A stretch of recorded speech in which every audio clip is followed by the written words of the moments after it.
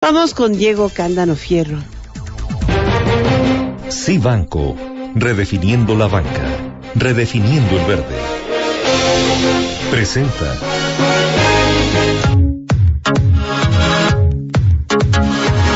Ahora sí, vamos con Diego Cándano Fierro, ya quería oírlo yo, director de Administración Integral de Riesgos y Análisis Económico de Sí Banco. ¿Cómo estás, Diego? ¿Qué tal, Alicia? ¿Cómo estás? Muy buenas tardes. Uy, ¿tú no vienes de regreso? Porque está durísimo el tránsito, caray. Sí, lo bueno es que nos escuchan muchos hoy. Afortunadamente no, ahora sí me lo libré. Sí, ¿verdad? Cuéntame una cosa, ¿cuál es el impacto que tiene el alza de las tasas que determinó de 50 puntos base el Banco de México apenas el jueves de la semana pasada? Y el Banco de México hizo referencia al entorno externo y a la incertidumbre después de la elección presidencial en los Estados Unidos. Nunca alude al candidato Trump, pero de pilón lo vemos hoy con estos mensajes y evidentemente hay incertidumbre en todos lados. La reunión Asia-Pacífico, la APEC, estuvo plagada de este tipo de temas este fin de semana.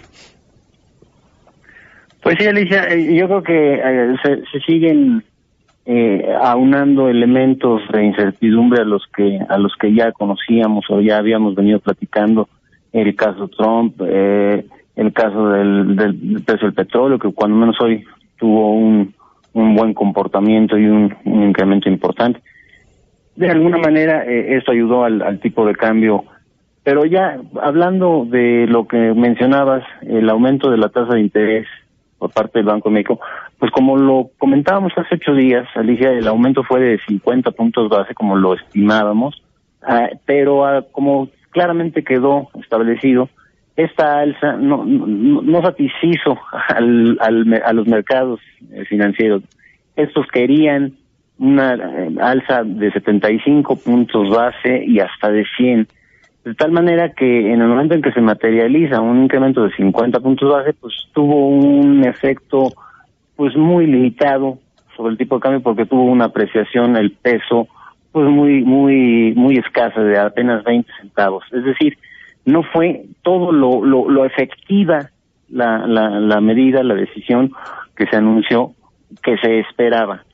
Y esto, Alicia, nos lleva un poco a la plática que hemos tenido en muchas ocasiones anteriores, en donde sí, la política monetaria está haciendo pues lo que puede, está echando mano de sus herramientas, pero al final del día recordemos que esta no puede hacer todo el trabajo para tener el mejor comportamiento y la mejor evolución de la economía. Corresponde también una buena parte de la política fiscal, y de esto también hemos hablado, de trabajar en lo que son las finanzas de Pemex, trabajar en las finanzas públicas, trabajar en el objetivo de reducir la ya de por sí alta deuda pública, de tal manera que también esos elementos también pueden estar ayudando al tipo de cambio, y no solamente pues cargar toda la responsabilidad, por así decirlo, a la política monetaria.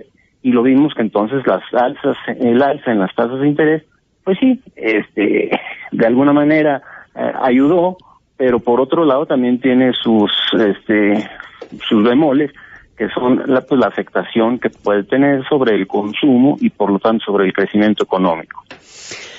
Ahora hay cosas que me llaman mucho la atención. Por ejemplo, en Estados Unidos hay ahorita mucho mayor atención en cómo podría estar conformando su gabinete económico Donald Trump que en México. Y ciertamente cuando uno ve a quienes está nominando, te llama la atención, porque pareciera no necesariamente ser personajes antiglobales, ¿no? Por ejemplo, ha cerrado a 2, me parece, los seleccionados para ser secretario del Tesoro de los Estados Unidos, y uno de ellos es una persona muy conocida de Wall Street, de Goldman Sachs, y otro es de JP Morgan. Y los dos son Europa, estrategas de inversiones globales que han trabajado muy fuertemente en estructuras financieras y demás, y lo que sí están advirtiendo, por ejemplo, es una eventual reducción de la fuerte restricción regulatoria a que ha sido impuesto el sistema bancario norteamericano desde 2008 y particularmente con la regulación que impulsó Obama. ¿Estas cosas no deberían ser positivas para México? Yo creo que sí, Alicia. En realidad... Bueno. ¿Me escuchas? Sí, ya te escuché. Muy bien. Empezamos a conocer poco a poco de lo que va dejando saber Trump ahora con la nominación de estos funcionarios y lo vamos a ir viendo cada día con un poco más de medida a medida que se acerque el 20 de enero, ¿no? Yo creo que la negociación, como ya lo estableció, esto lo va a hacer a partir del primer día de su gobierno y durante los primeros 200 días del gobierno tiene un plazo en donde si no le satisface, pues se saldría. Ese es el planteamiento. Pero por otro lado también tenemos la oportunidad para hacer una renegociación del Tratado de Libre Comercio, que como todo es perfectible y como todo hay aspectos que se podrían mejorar y en donde no necesariamente tendrían que ser perjudiciales para México.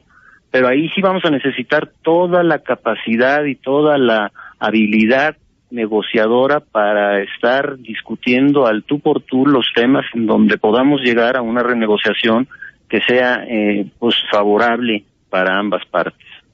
Favorable, que esa es la parte interesante, pero yo creo que hasta el presidente hoy cambió de tónica, ¿no?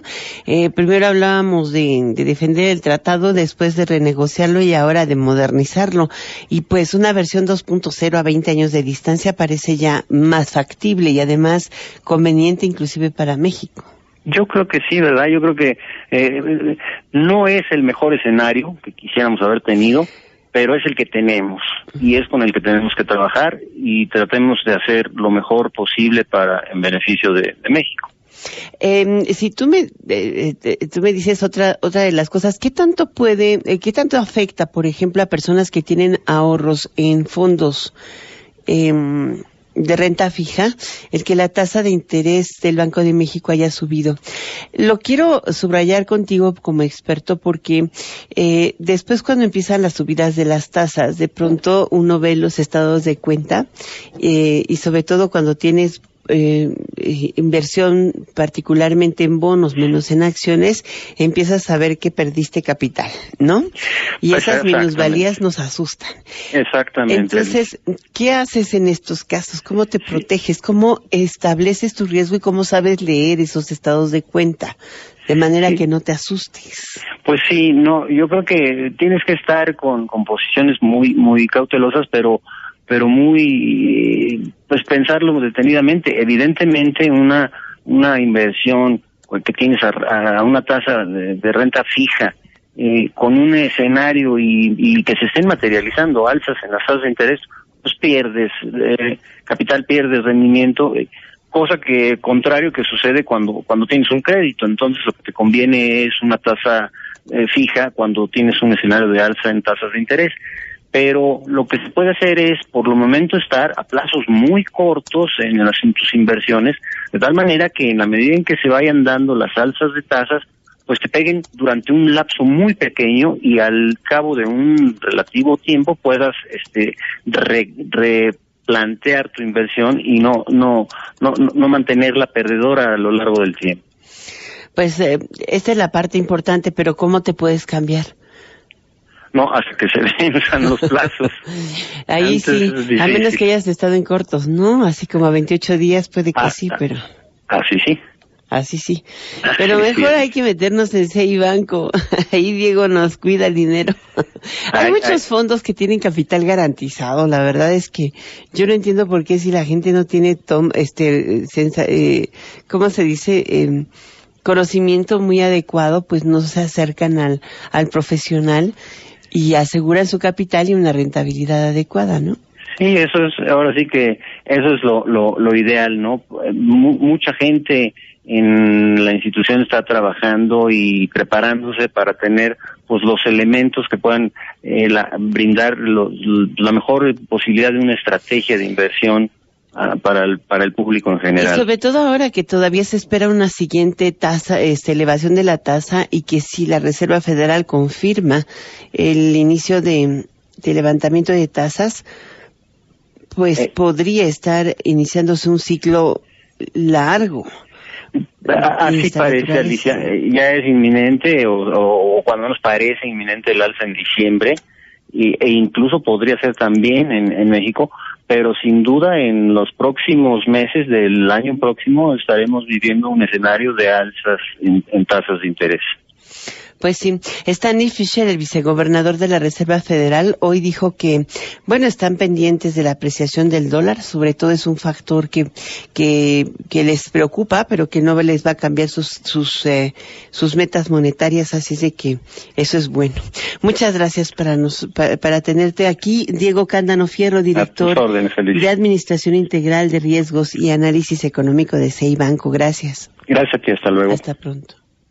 Cibanco, el primer banco verde de México. Ser verde es una filosofía, no una moda. Y te preguntarás, ¿qué hace un banco verde? Lo mismo que todos los bancos, pero sin llevarse el mundo entre los pies. Queremos que inviertas tu dinero con nosotros, pero sobre todo, que tengas un futuro donde lo puedas disfrutar. Cibanco, redefiniendo la banca, redefiniendo el verde. Cibanco, redefiniendo la banca, redefiniendo el verde. Presentó